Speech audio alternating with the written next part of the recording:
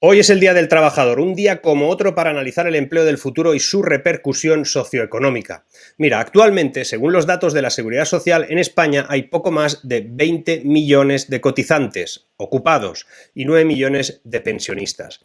A esto se le llama ratio de dependencia, que en nuestro caso se sitúa casi en el 2,2.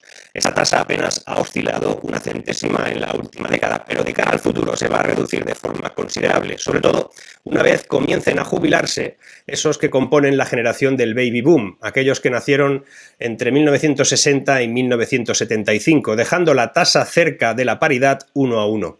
Según las proyecciones de la AIREF, la Autoridad Independiente de Responsabilidad Fiscal, la jubilación de esta generación elevará el número de pensionistas a cerca de 15 millones de personas en el 2048. El Banco de España estima que en 2050 habrá 1,5 personas en edad de trabajar, que no trabajando por cada pensionista, frente a las 3 que hay ahora en la actualidad, lo que suponen 2,2 trabajando. Y es que en 2050, 1 de cada 3 españoles tendrán más de 65 años. El agujero que se creará en el mercado laboral será de 2,5 millones de empleos pendientes de ocupar. Lo curioso es que el 85% de esos tipos de trabajos no existen todavía.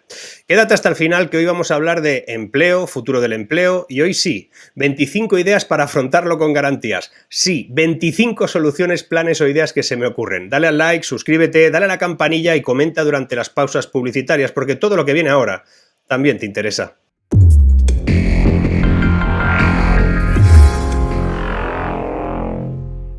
España es líder en desempleo y temporalidad juvenil, pero el problema no se va a solucionar porque los mayores se jubilen. El problema es que hacen falta perfiles para el mundo, tal y como demuestra que hay muchísima demanda laboral, a la vez que también hay una oferta enorme de desempleo.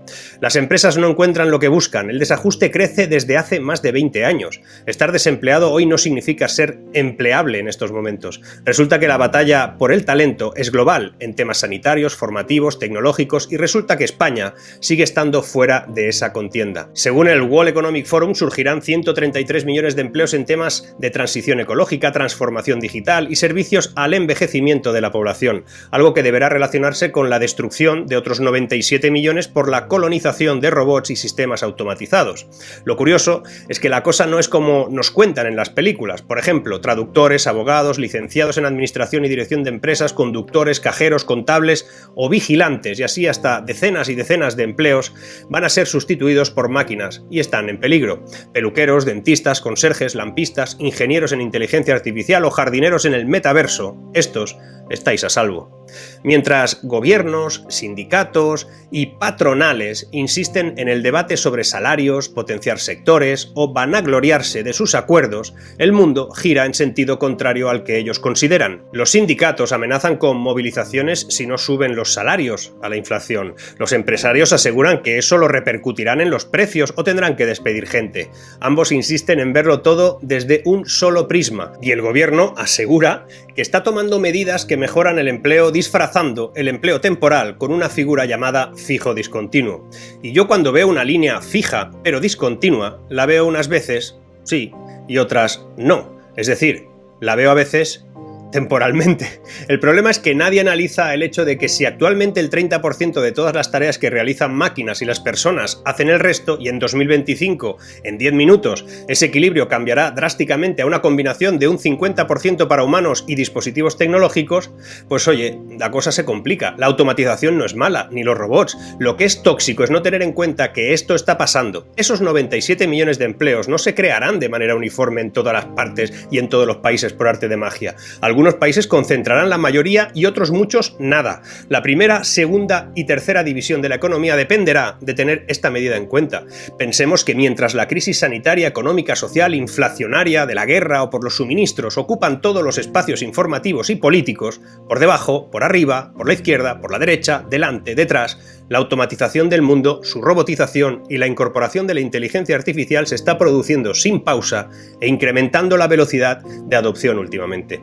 Cuando todo esto pase, que pasará, con más o menos daños. El mundo habrá cambiado definitivamente. El mundo se habrá robotizado mientras estábamos pensando en otras cosas. No prever eso supondrá una crisis laboral que dejará como si fuera un juego de niños la que pasamos entre el 2011 y el 2013. Pero la automatización no va a materializarse ahora mismo. Normalmente, y tenemos pruebas de ello, empieza realmente a acelerarse cuando la crisis toma cuerpo y no antes. El impacto de una recesión motivada por el aumento de la automatización ha sido documentado en despliegues que no son constantes, sino que ocurren a ráfagas. Es más probable que las empresas se automaticen después de sufrir una crisis, cuando ya tienen necesidad de ahorrar en mano de obra humana.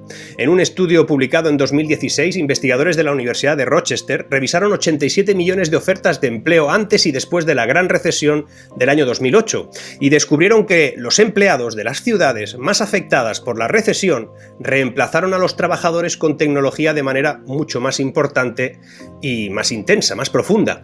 La intensidad en esa situación aumentó de manera exponencial en 2009, inmediatamente después de la quiebra del sistema en medio mundo, particularmente en la industria manufacturera de aquel país. Algo que puede ser bueno si se comprende en su justa dimensión y se prevé estratégicamente, pero si no, puede convertirse en un barrizal si no se actúa previamente.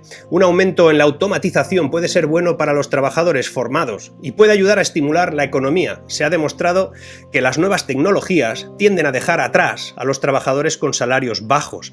La inteligencia artificial no es capaz de causar oleadas masivas de despidos, sino que la configuración de la nueva economía automatizada requiere mucho dinero, tiempo y recursos, algo que muchas empresas no tienen durante una crisis, pero sí inmediatamente después. Lo vamos a ver otra vez, y de manera mucho más intensa que en otros momentos de la historia.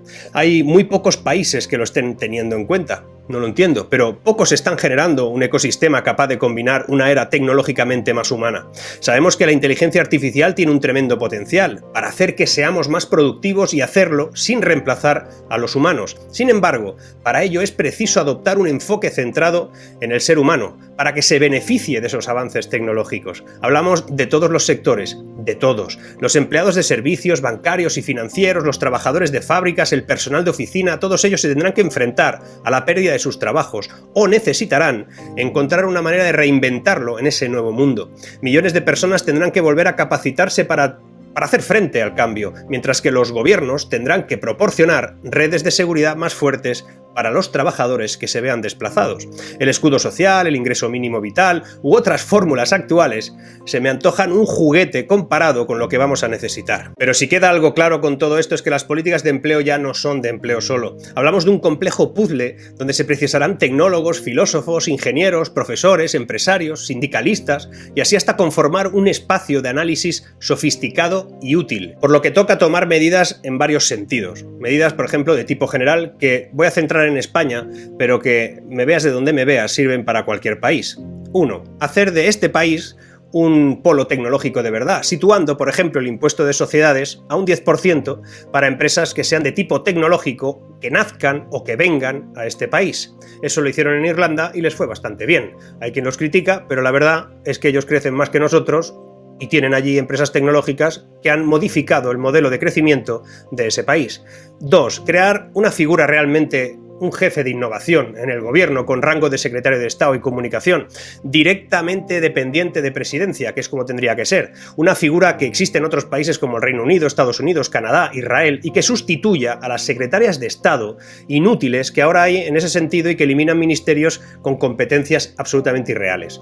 3. Buscar activamente las mejoras que permiten ascender en las comparativas internacionales. Por ejemplo, España ocupa el 133 en el apartado Starting Business, lo que puede ser un freno para que alguien tenga pensado venirse a España a innovar.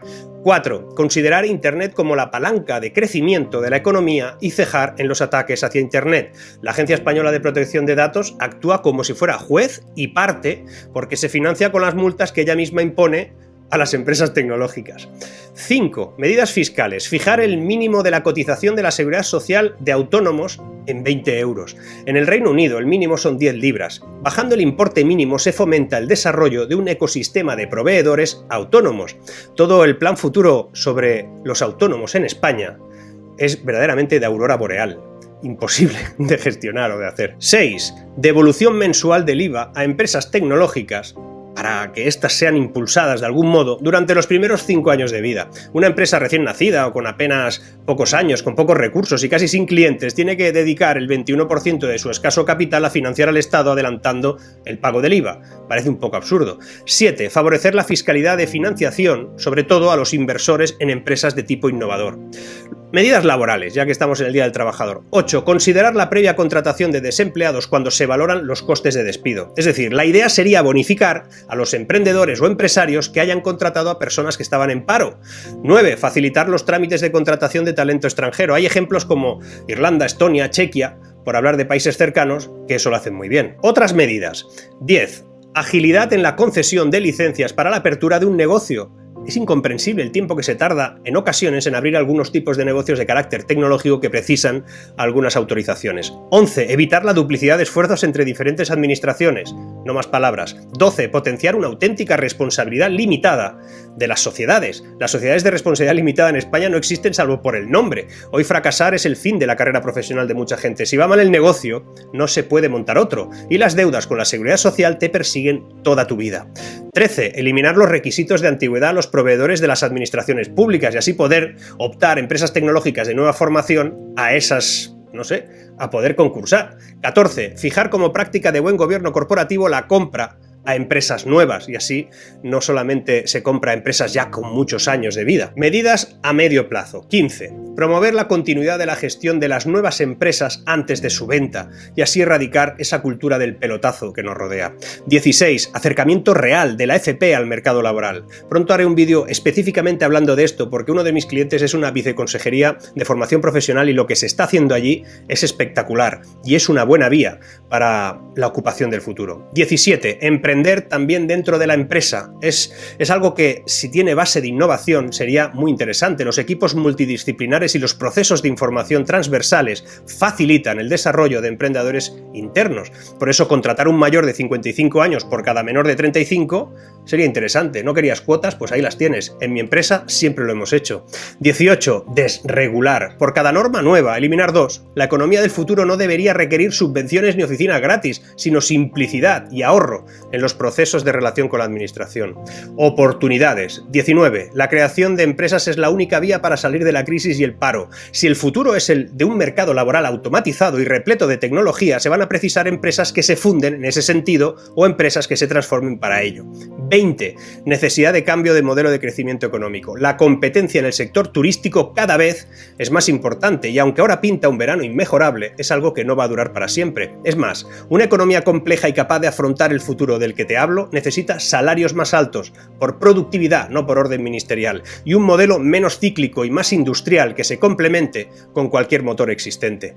21. España debería aumentar un vínculo tecnológico con Hispanoamérica. El vínculo cultural, lingüístico y económico está muy bien, pero también debería ser tecnológico. Y algunas medidas sociales. 22. Mejorar la percepción del empresario en la sociedad.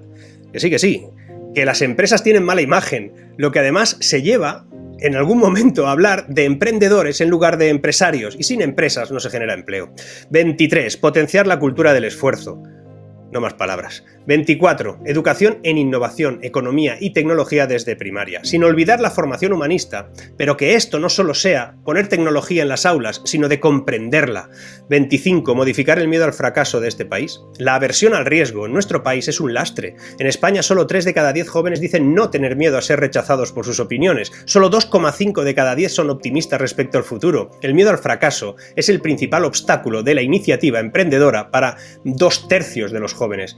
Aunque no me extraña, porque en España si te la das, como te decía antes, no levantas cabeza en muchos años. Espero que estas 25 ideas sean el origen de un debate. Seguro que hay más. Ponlas aquí abajo y dime cuáles son imposibles o no tendrán efecto alguno en caso de que las pongan en marcha. Ya sé que, atendiendo al equipo de gestión gubernamental que hay en la mayoría de administraciones, esto es complicado, pero bueno, hay que aportar ideas. El problema es que la inteligencia artificial, la robótica y la tecnología avanzan a un ritmo vertiginoso, mientras muchos miran hacia otro lado. Nos dirigimos a un territorio inexplorado sin las regulaciones, la supervisión o las conversaciones adecuadas sobre lo que esto va a generar socialmente. Es que es un territorio absolutamente desconocido y se debería de hacer algo o analizar algo. ¿Qué pasará si los políticos de la inercia permanente se equivocan y no podemos encontrar trabajo para los millones de ciudadanos en los países del denominado primer mundo que van a perderlo en los próximos 5 años. Personas que no tienen las habilidades que se precisan en la cuarta revolución industrial y menos aún en la siguiente, en la quinta revolución industrial que ya asoma por el fondo. La innovación tecnológica no tiene por qué detenerse, pero debe ser monitoreada, analizada, prevista y gestionada para asegurar que no pasamos de un punto sin retorno. El problema es la absoluta miopía en la que residen nuestros dirigentes, en esa endogamia obscena en la que se mueven a diario y que vive a años luz de la problemática real e inminente, de la problemática estratégica a la que se nos viene encima.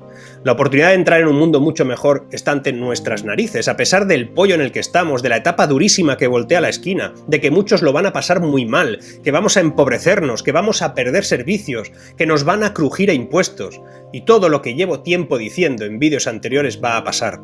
Pero resulta que hay una oportunidad de construir un futuro entre todo ese desastre. Desperdiciar esa oportunidad sería una pena. Básicamente, porque no tengo claro que vaya a haber muchas más.